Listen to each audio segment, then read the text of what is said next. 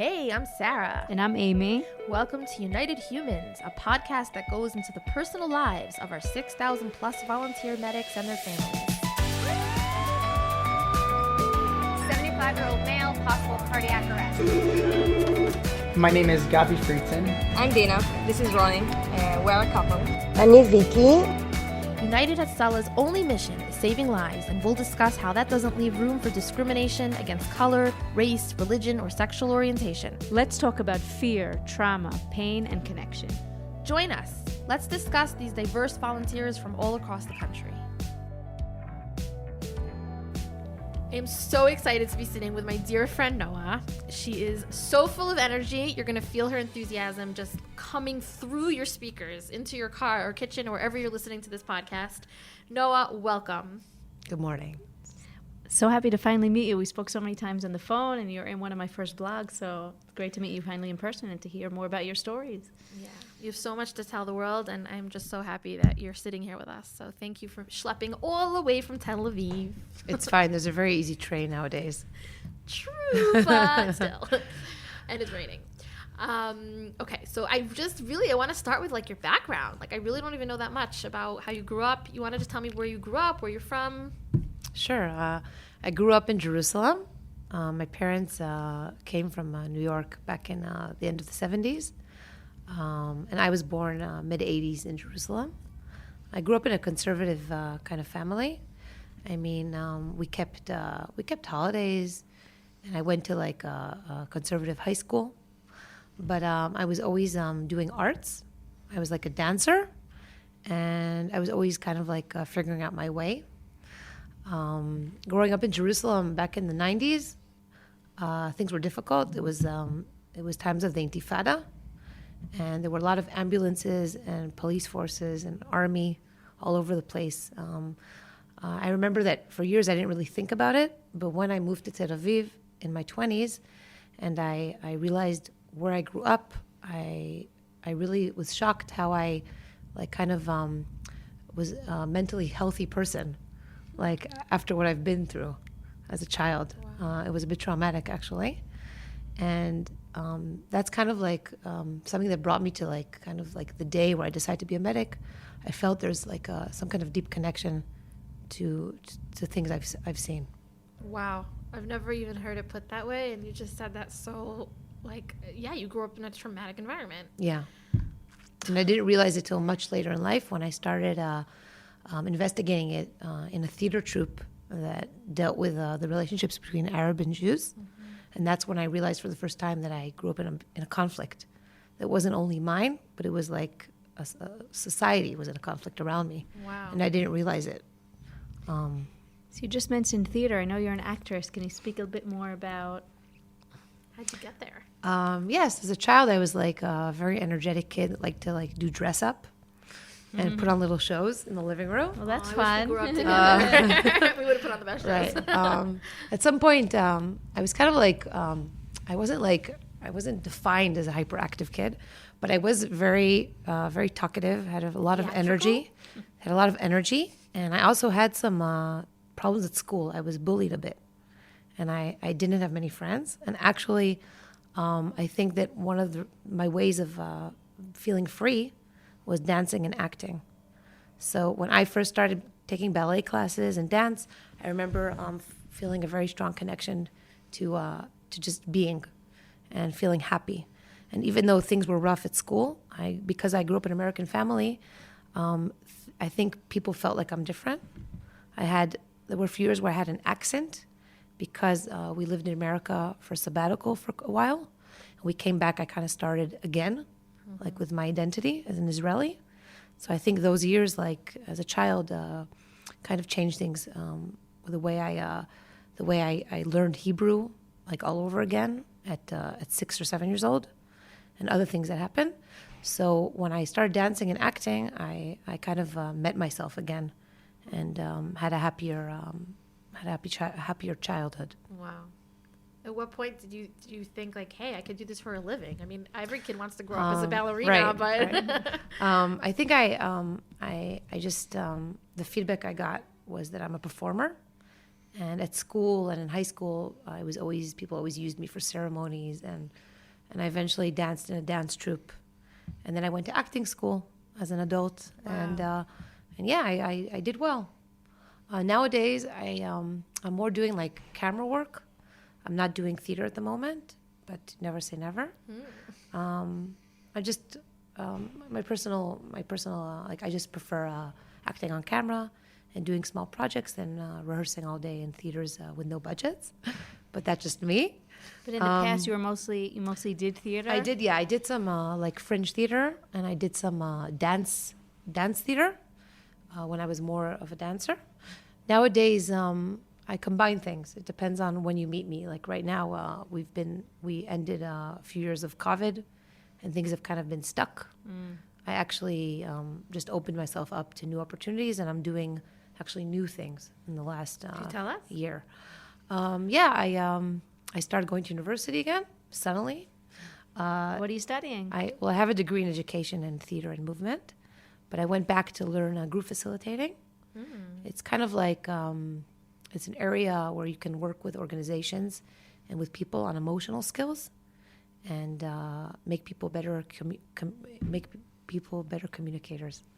Like With one a another. mediator kind of a thing? Or? No, it's in Israel they call it group facilitating, and usually we work with psychologists or with social workers and try to bring companies and people to better like human skills That is of fascinating. communication and Sounds a bit like group therapy, but with Right. group therapy with a focus on communication. exactly. But it's not. I won't be a therapist, but I will be a facilitator. So I Sure. might be able to come help people at United Tzala be better co-workers, for instance. And God knows we need that. Yeah. Just kidding. Just kidding. Just Yeah. kidding, of course. Wow. So, okay, and I know you have other hobbies, which include, I'm not even going to say. Like, you're just so full of I talent. do a lot of sports. Yeah, swimming and, right? Right. I do a lot of sports because it keeps me in shape. And when I have to lift the stretchers with the ambulance driver, I can do it. I don't need any help. That's right. Woman power. And tell everyone, how do you get around? What is your... It's funny, but I use a bicycle. I actually pedal through the city. Not And an I e-bike, arrive... folks. Right. It's not electric bike. She's very strong. And I pedal through the streets of Tel Aviv, and I arrive actually in most cases before other medics and minutes before the ambulance in most cases, because I can drive through alleys and bumps in the road, and I can just leave them there and run up. So if I you're in need to. Tel Aviv and you see this gorgeous woman with curly blonde hair on her bike, say hi, Noah. It hasn't helped that much, but I can only say that it's unique, and it's like a joke actually. Some people in Tel Aviv think it's funny because they don't get it. But people recognize you? People recognize me in my neighborhood for sure, Okay. and even people from other organizations, including the fire department, police. Yes, they know who I am because I wear the vest, and I'm out there. So I want to talk about that and those interactions, but let's take it back just for half a second. So you moved to Tel Aviv when you were how old? Close to my 30s, Okay. like and about then, almost 10 years ago. and then when did you become a medic? When did you join United Tzala? 4 years ago, I finished my EMT course, and I've been out there since. Wow. I also joined a year ago your Chosen. Psychotrauma Crisis and Response Unit. Can you say that 10 times fast? No. No, but maybe Yes. talk a bit about I trained in what- that too. Especially it was important to me because of where I am nowadays. I felt like I had the right tools. When I was younger, I think there was still stuff to work on myself. Now I feel that something has matured, and I feel very comfortable in stressful situations, and I think I can provide a good energy for people in crisis. Can you explain a bit what you learned in psychotrauma versus a regular EMT course, so our listeners have an idea? Yeah. When you're a regular EMT, then you're treating people medically. You're taking their pulse. You're stopping bleeding. You're giving CPR. you're doing a physical aspect of what they need. But when you do the trauma work, you're helping them in the first few minutes when they're exposed to trauma. You're helping them come back to themselves and focus on the here and now. And then you're actually helping them in the long term. Because in the first 10 minutes where you speak to someone after a car accident or after seeing a sudden death, that's when you're actually helping them process what they've been through, and you're avoiding emotional damage for the future. And what kind of questions do you ask them? Can I ask? Because There's a in certain case I was a technique. bystander, I'm always Right. wondering, like, what Right. do you say? What do you not say? Well, there's a certain technique that we learn. It's a model where there's like 4 or 5 things we actually need to do.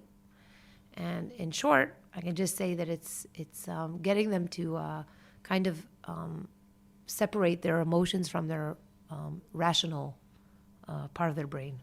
So if let's say they're hysterical and someone just lost their child, for example, in a car accident, and they're getting into trauma and they're screaming and they're pulling at their hair and they're hitting people and they're all over the place, then you bring them back by sitting them down, breathing with them, giving them a few options, very clear options of actually doing things, and hopefully helping them survive the hard situation. Well, I have chills thinking how I would be in such a situation. Wow. Oh, my God. Totally work. It's physical first aid, and then there's emotional first aid. Right, and they're not, and I don't really separate them. Like I've always felt there's a connection. You can't just give physical help. You have to be there for the person. You have to stay with them till they feel better. But it's also a personality thing.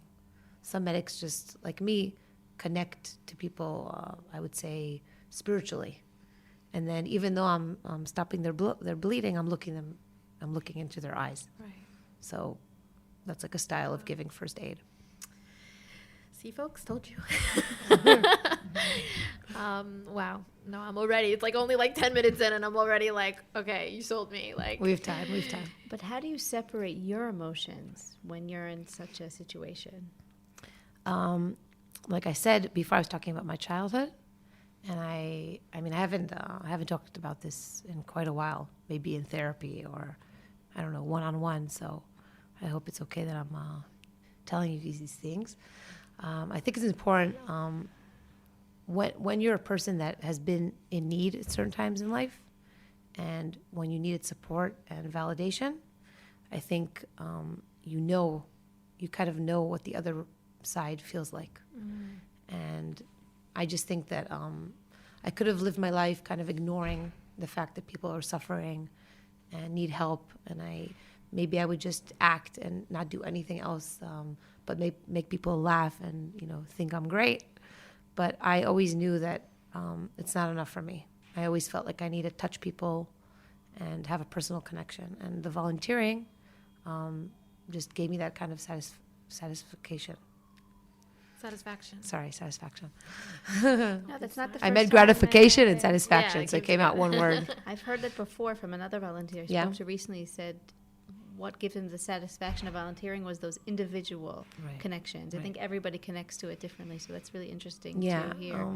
But laughing also helps. of course. It definitely heals. Yeah, I could have been like a medical clown, but I I decided not to. It's never too late. Never too late. Wow. So I'm really interested in hearing specifically, I know there's a lot of topics we wanted to cover today, but one of the things I wanted to ask you about is your position as a woman. Obviously we have 6,000 medics, and roughly about 1,000 of them are women, and we're growing exponentially in terms of the women around the country who are signing up to become medics. But you are just, I don't know, if I could just say it, like you're just an attractive, young, beautiful woman. She's single, guys. Maybe not for long. And like you're on the workforce, and you're so strong, and you don't need any man to talk. Just take it away. Tell us. Okay. Talk about what it's like to be out there. I'm happy you brought it up. One of the things I feel when I joined Humanitarian Mission one of the things that attracted me is that it's an organization that accepts everyone for who they are.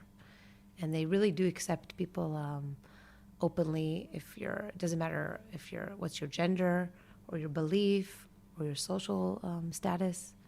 I felt like it's a family. And when I joined, one of the things that I liked was the diversity and the different colors of like people that I saw. United Humans. Right? That's Yeah, us. yeah. And I knew that I felt like I could be accepted for who I am. That sounds very positive and great. There is a darker side. We're living in a time where there's a lot of awareness to sexual harassment, for example, and to boundaries. And there's the whole Me Too movement. And yeah. And I know that a few years ago when I joined United Salah, I knew that it's important that when I'm out there, I'm aware of these things. And I let people know that I'm strong, and I'm not going to just let things go and let things pass me by. And there's been a few incidents or moments where I actually had to speak up. If it's someone telling a woman, like, who gave you a license on the ambulance, for example, or when I wanted to help and people said, you can't lift that, you're not going to be able to, stuff like that.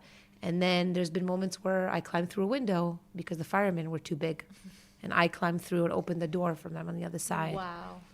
Amazing. Or I suddenly lifted something no one else was able because I had the initiative, or I was the first one there. Physical capacity also. Right, or I was the first one there, and I realized, it's not as complicated as it is. So those are moments where I just kind of had to take a breath and say, okay, this is what they think. It's not about me. Sometimes I let things go if they weren't that important, and sometimes I spoke up. I didn't get into any trouble, but I'm sure a few people might have said, "Wow, that woman, knows how to speak." When I see other young volunteers on ambulances or around me being treated poorly or being teased, I sometimes speak up. I feel a responsibility as an experienced medic to notice these things and support. So, do you feel like the women are trying to fit into a man's world, and that's why they're like looking at it like, "Hey, this is our territory. What are you doing here? We've been ambulance drivers for all these years." Like, I think the Israeli scene of emergency medicine has been, let's say, a masculine scene for many years, and you can see also in the news, you can see the amount. It's obvious. There's a lot of organizations that are more masculine, like the IDF, like the police force, like the fireman department, like even people that protect nature, even nature reservists. Right. It's always been like that. The question is, are we going to accept it, or are we just gonna add more women? So you're saying there's like this silent kind of battle on the front line that, to me, it's like no one's ever spoken about this before. This is I've been in with Atala for over 6 years. This has never come up. And I'm wondering if it's like taboo that no one just like wants to talk about it, or... I don't think it's taboo. I think it has to do with numbers. Like there are more men than women out there in certain territories. And I think people just accept it. Like, that's just the way it is. Just like when you come to social work or to teachers in elementary school, then usually the majority is female. I come from education, and I've seen, when I go to classes, university, some of the classes, the psychology and the social work or education are mostly female. It's been like this. I don't know if it's a social thing or it's just a matter of who's attracted to what. But I think it's not important. What's important is that if you're there and if you got into the field, then it's your responsibility to make a change. You don't enter something and you just think this is the way it is. You need to be there, and you need to realize what's going on, and not be I forgot the word. What's the word in Hebrew? Adish. Yeah, Disha is like... Nonchalant? No. You'll have to edit this I'll part. have to find it. Yes. Edit this. Right. I don't know. I forgot the word. Sorry. So maybe just say the sentence again. Okay. The sentence Um, part you said. Yeah. No, when you volunteer and you join an organization as big as United Salant, I think it's important that not only you volunteer, but you make change. And change comes through people. And if we want things to get better, we need to bring them up and break taboos. Absolutely. So I have a question, actually, a bit interesting question. Do you have any of these kinds of conversations with any of the more Orthodox women volunteers that we have in Hatzalah? Because we have a very big women's unit in Jerusalem, and I'm so curious if they feel the same, or maybe it's what you're saying is it changes on where you live.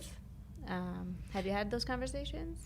Yeah, I've had the opportunity to meet the women's unit in conventions or courses or meetings, and yes, I was very impressed by the strong personalities I met and the feeling of community. I admit that when it comes to me in Tel Aviv, I'm more of an individual. I do have a few women I volunteer with that do shifts with me, for example, on the ambulance, or go in the emergency vehicle that we have, that we use sometimes. So yes, I've talked to women about this subject. I also feel that there's a time in life where things are more important for certain people. Okay. For example, when I finish volunteering, I go home and no one's waiting for me.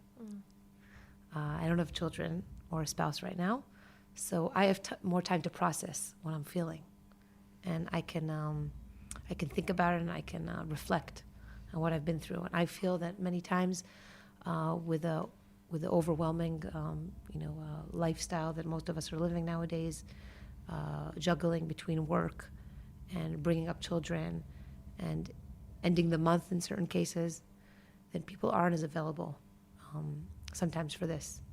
And they'd rather volunteer and be out than actually discuss the things. The being out and volunteering is enough for them. And I think that if maybe if people had more time, we would meet and we would think of ways of doing more. It's interesting But because it's a matter of like preference, what people want to and circumstance. actually do with their time, what they want to be doing with their time. You're bringing up a very important point, and this is a good segue because we wanted to talk about this. I think that there's so many, people become medics for not only altruistic reasons, although Right. we want to say that they do. And of course, every person who's a medic is beyond incredible. I'm not a medic, so I can say that I have tremendous respect for. faint. Me too. I'm also Exactly. I'm also The not sight a of blood medic. makes you shiver. I'm too emotional. I think I'm too emotional. Not for me. Not for I me. understand. Way too much medical trauma in my background. But I will say that I've gotten to, people have different reasons. Either they lost someone in their life or, like you're saying, like they're bored, like there were people that were like, I don't know, why not? Like I was bored, I had nothing to do. Like literally that as someone told me that they became a medic. Other people are trying to run away from their bad marriages, or they don't want to be a full-time mom, and they want the glamour and glitter of like, look at me, I'm out there in the streets saving the world. But what you're bringing up for me, which I think is I want you to talk a little bit more about, is that a lot of these women and men, they go on these calls and then they have to go right back to work or right back to their family or right back to bathing their kid or finishing dinner or give their wife attention, and there is no time to process. Exactly. And a lot of these people talk, I've heard that conversation. I've had that conversation before. When do they process? How do they process? So you're like, I want to. Is it good for them? Right. Is that a coping mechanism? Is Right. it better that they don't have time and that it's just, but let's say what you just said, like you have the opportunity and time and space to reflect and feel. So like how, can you talk about that a little bit? Sure. Yeah, I think that maybe I've noticed that sometimes I actually help some peers of mine. Like I noticed that if we go to like a very hard case of, let's say, resuscitation where someone was found, with a cardiac arrest, and we had to bring them back, then a lot of people just leave the scene and don't really talk about what they experienced. But we actually were at a traumatic event with someone that stopped breathing or their heartbeat stopped, and we had to resuscitate them and bring them back, and we don't always succeed. And at those moments, I find myself sometimes calling someone up, having the need to talk about what I feel, or asking the support of others, or even, like, for example, if there's a new volunteer that's in training, that kind of person needs the support of an older, experienced medic. And that's something that we do in United Salant. We call it Chosen Pnimi. It's where we help each other process what we're feeling. So it does exist, but I'm not sure how many people take advantage of it. And I've always knew the importance of this, especially with the COVID. People were closed at home, and there was a quarantine, and people were socially meeting. I actually made an issue of it, and I would call up a person or two each week. Wow. Yes, and people knew my phone is available. I myself needed, at some point, I had a hard time, and I needed some help, and I called up someone to guide me through. From United Hatzalah. Yes, to help me with the emotions I was feeling, of despair, of not knowing what's going to happen, losing work. So. No, COVID has definitely been no words. No, but I think it's great that you take the time to process, and I know that everybody's busy, as we were saying before, but I think everybody should take the time to process, because I'm not sure that's an excuse to bottle it up, especially, I know that it's not reported, but I know that there's a lot of mental health cases. I know there's a lot of suicides. I know there's like a lot of difficult cases, and if you bottle that up, it's going to come out at some point, isn't it? Yeah, no, it implodes. And I think that we've seen that with a few people, for sure. We have examples of that. So what you're saying is so important for every medic out there, but almost it's like a message to every person out there. It's not, you shouldn't be ashamed to ask for help. Exactly. Yeah. This is not exclusive to medics. And every listener out there can take from what you're saying. It's about time that we realize that our responsibility as humans is to reach out and help each other. Sometimes you're in need, and sometimes you're giving help, and it's a circle. It always comes around.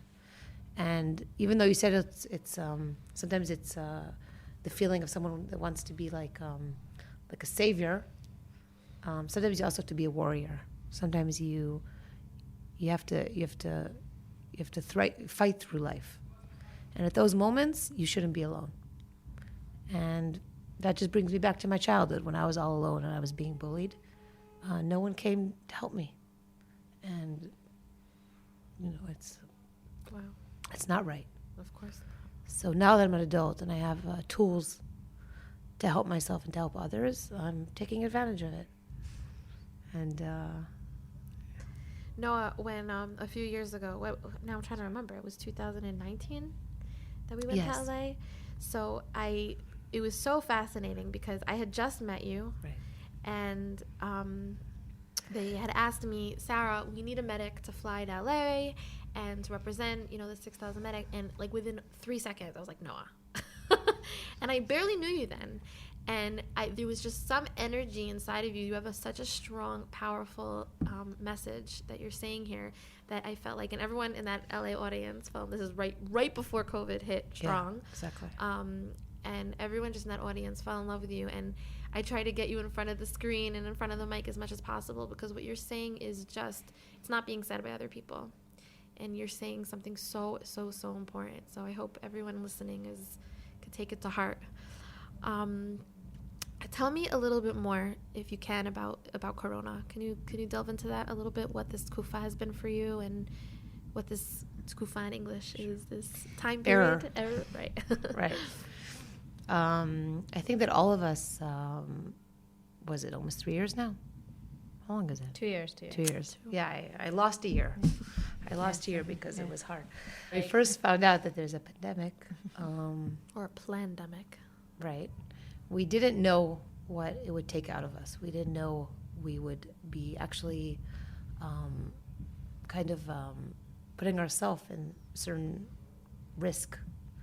I remember the first days where I was still going out and saving people, and I didn't realize the importance of a mask. I didn't realize the importance of opening windows and not being in the same room with someone. Well, no one knew. It was new information. And all the time. and as a medic, I think, and all the emergency medicine force, we were at hospitals, we were the first people to put ourselves in risk in a way, because people didn't feel good, and we showed up at their house thinking they have a flu, and we didn't know what it actually was. And then quickly there were all kinds of rules and how to not take risks and how to protect yourself and all that, and we wore a certain shield and outfit at some point. When I think back at it, it's kind of like we were a little innocent. We didn't know what price we would pay as a society. It's changed the world. It's changed the way people communicate. People didn't hug or touch for months. Grandparents and children and grandchildren. It changed the dating scene. People were scared to meet, to go on dates. People like me that were single were very, very lonely. Wow. We didn't live with anyone, and we couldn't hug our own relatives, and I felt very, very alone. So I exercised, and I found ways to feel good with myself and have a positive self image. But I know for others, for the elderly and for certain people that have mental health issues, it was a time of danger. And many lives were lost in these 2 years, if it's by COVID itself or by what happened as a result of it, of people feeling lonely and developing depression and suicidal attempts and changing and losing a lot of financial support, losing their jobs. It changed everything. And as a teacher, when I went back to school, I could see that students emotionally and socially lost something in these 2 years. They lost some of their trust. They didn't know if they can trust the system. They didn't know if they can trust themselves, if there would be school the next day, if they would be on a screen or if they would be in person. And I think that's a very big price that we paid as a society when it comes to distancing ourselves socially and emotionally. So I think we're still slowly coming back, but it's not, those concerns are still happening. Yeah, I think we just understand what's going on better, but we developed some coping skills. Yes. We developed some coping skills, but it's important for us to remember and learn for next time, because no one can promise something like this won't happen again. Right. So we need to prepare ourselves, especially with positive emotional skills. Yeah, absolutely. Can you talk just, I remember we spoke in between the first and the second Seger. I was writing a blog post on a few different Hatzalah volunteers and how they handled the first wave. We didn't know what we'd be in the fifth wave now. Right.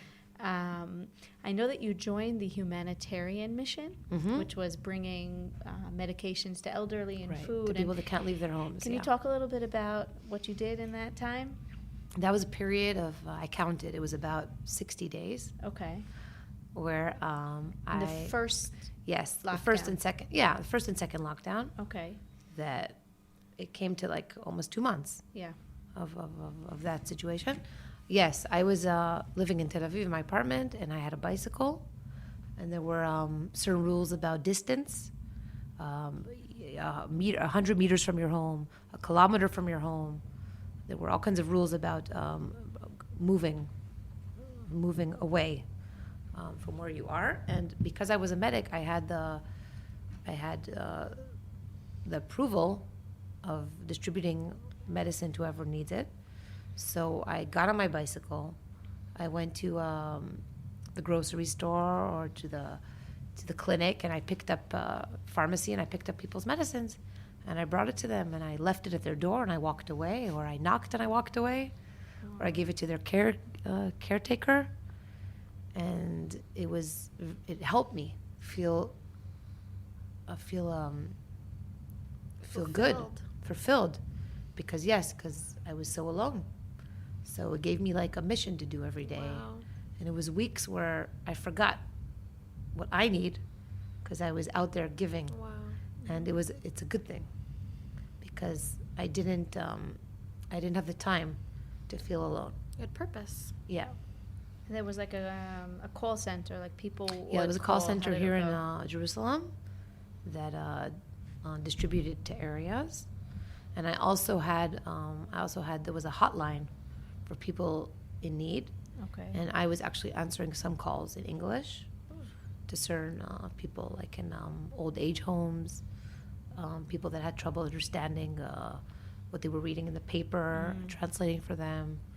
Wow. Obligations and all those things that were. That was through Humanitarian Mission as Yes, well? yes. Wow. It was it was your hotline center that you guys opened. It was a certain number that you guys had for a while.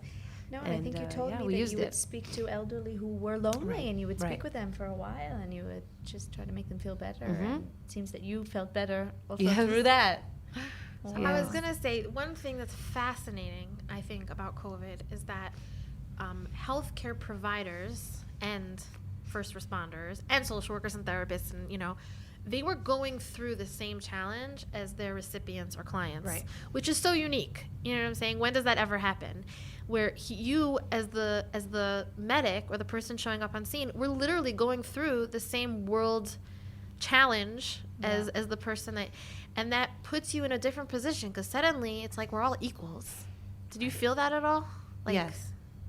I felt like when we were all at home and we all lost our jobs in a way, or lost our social connections. Yes, the most important thing was staying healthy and safe. And then people realized that that's what they need to worry about. Everything else doesn't matter. Right. And I think that's one thing. If that's one thing we learned, is that when it comes to sickness, or pandemics, or wars, or bad weather, environment changes, then what's most important is our health and safety. Absolutely. Everything else doesn't matter. So one of the questions that Amy asked you before, and I feel like we didn't really get into it. I want to get into it more. Get our hands sticky. She asked, what's your emotional response? How do you take care of yourself? How do you cope with all this trauma? Right? We talked about helping others with their trauma.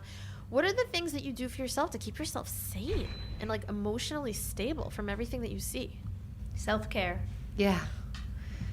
Yes, I think that it brings me back to when I was talking about being a child and having some social some problems at school, and not always being treated nicely. And I remember when I was a kid, I always had an inner voice that told me, that I should care.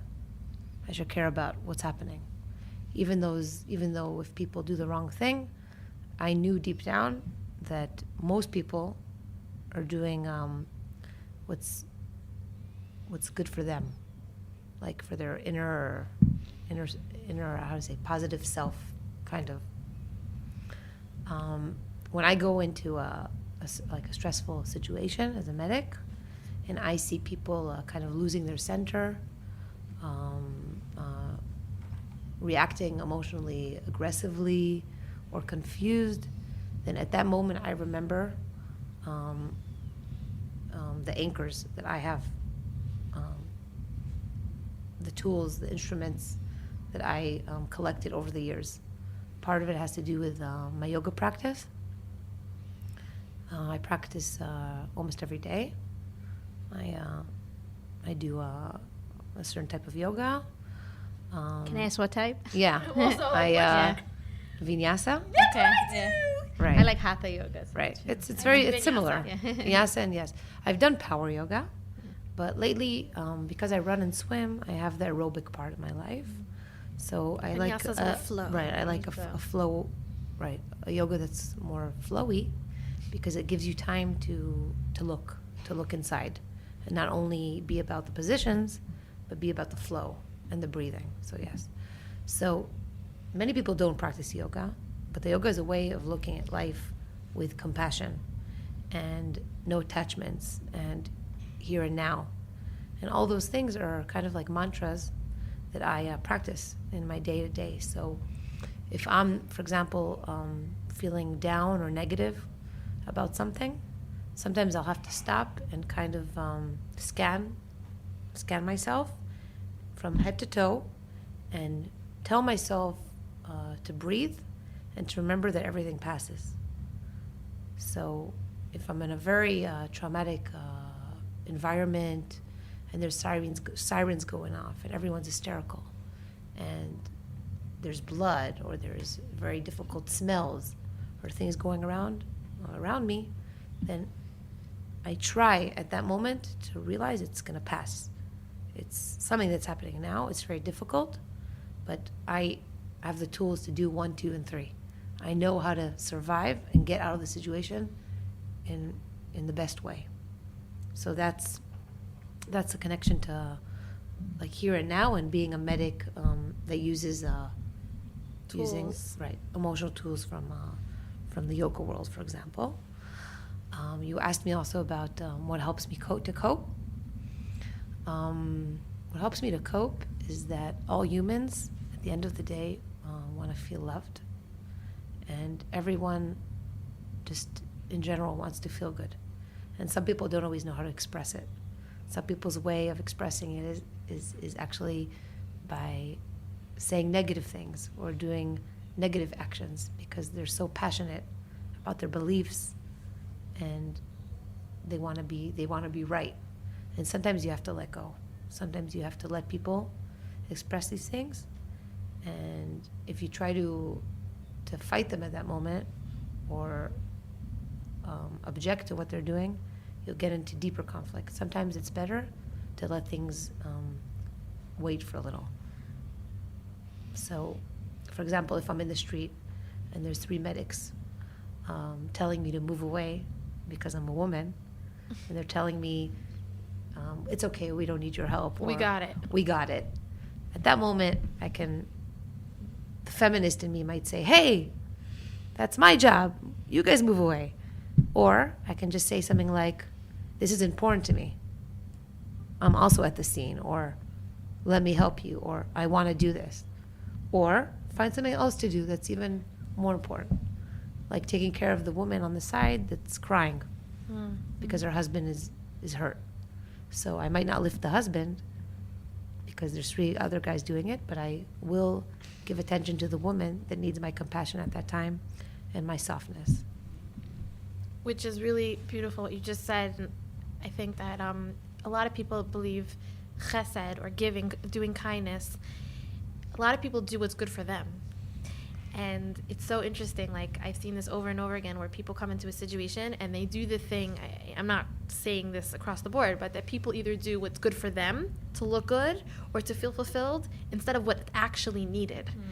And what you just pointed to is that when you go into a situation, it's not about what's going to get me on the front page or on the newscast, on the news station tonight, or what's going to give me the most, satisfaction. Right.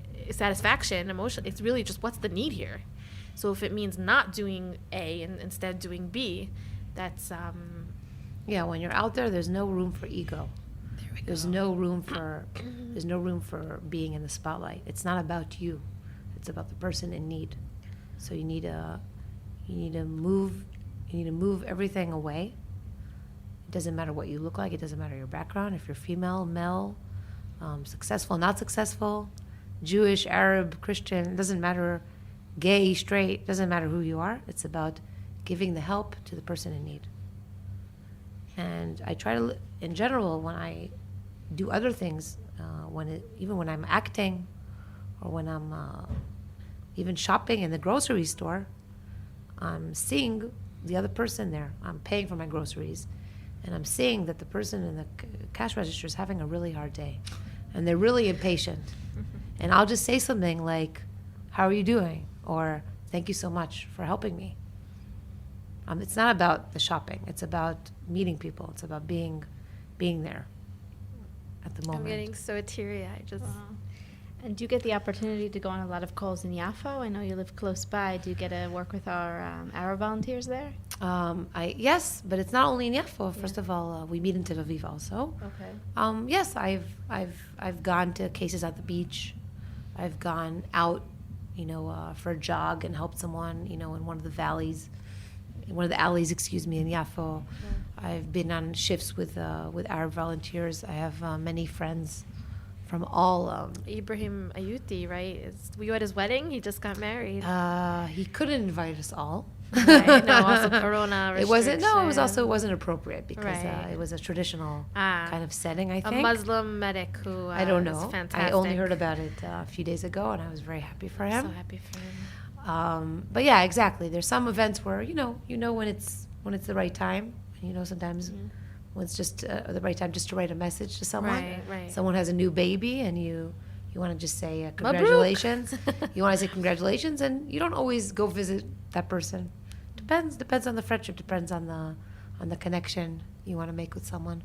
So one thing that also is definitely a theme, which we keep hearing over and over, is that you were saying this, Amy, actually in our introduction, like in our trailer episode, which is that people have meaningful encounters with people, right? With not necessarily with people that they would have otherwise. So volunteers. I'm not talking about the patient. I'm talking about meaningful encounters with your other volunteers. Also the patient. But yeah, I can tell you about like late at night on I want to hear because on a Saturday night I met a few weeks ago. I was out and I met an ambulance with Haredi volunteers from Bnei Brak, and they stopped the ambulance and they saw me on my bike, and I got off and I came over to the ambulance and I said, "Hey, I volunteer with you guys," and I wasn't wearing my vest because it was late at night. I was just out. And they said, "Yeah, we know who you are."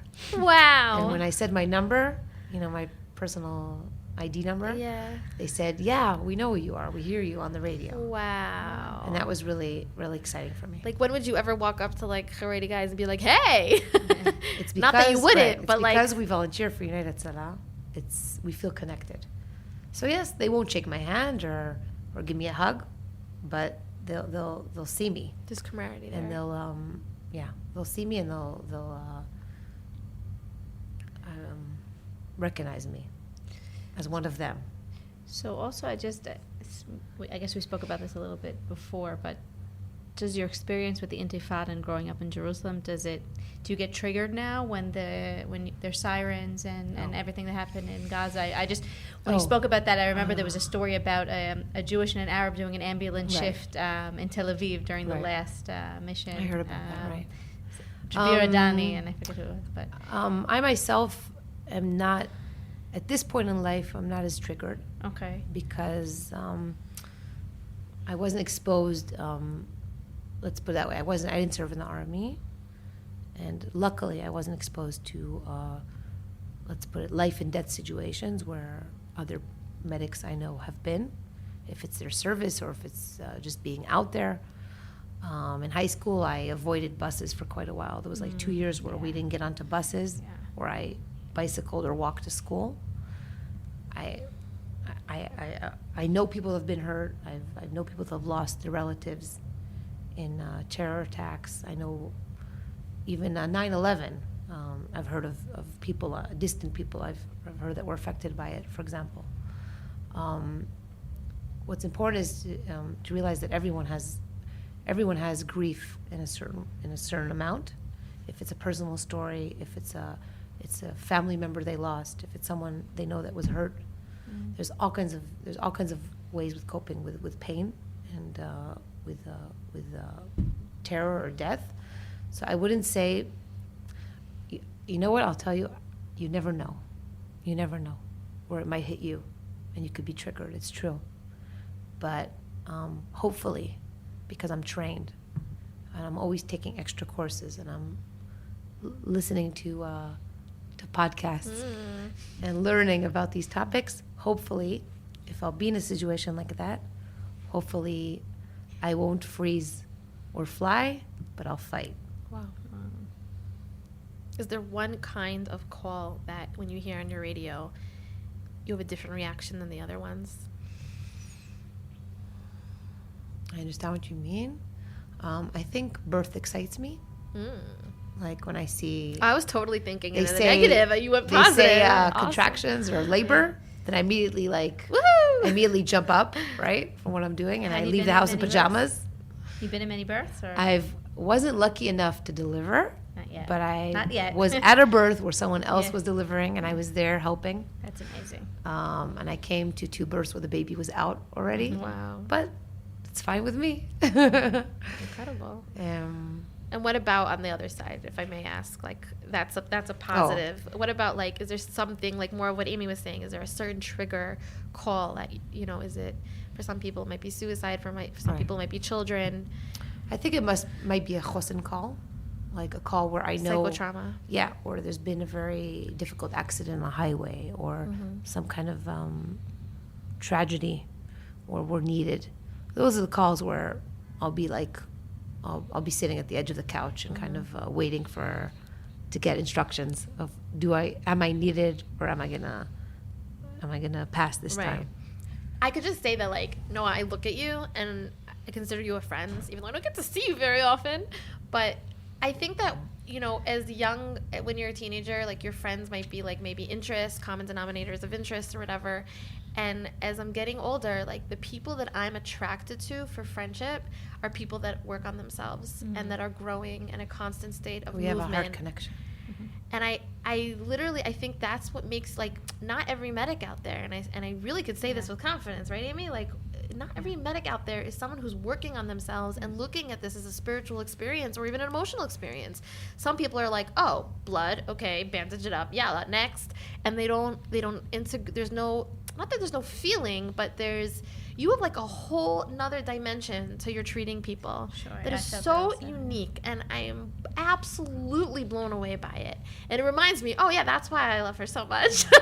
You're just such a worked on person, and you bring that to your calls and to the people that you respond to, and it's really, really remarkable and unique, and I want you to know that for your own self-image. Thank you. I really appreciate it. I think what connects me to you and Amy after this conversation is just like, it's like a communication that's beyond words.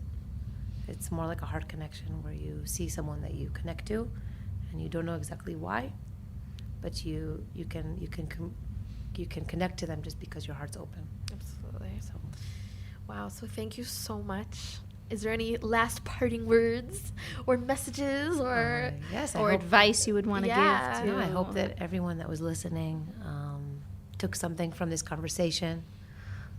If it's something personal or something bigger than themselves, I hope you find coping skills for yourself in moments of need, and remember you can always reach out. There's always good people to help you, and you're never really alone. I said beautifully. And I think also something I took from something you said is that giving is a way of coping.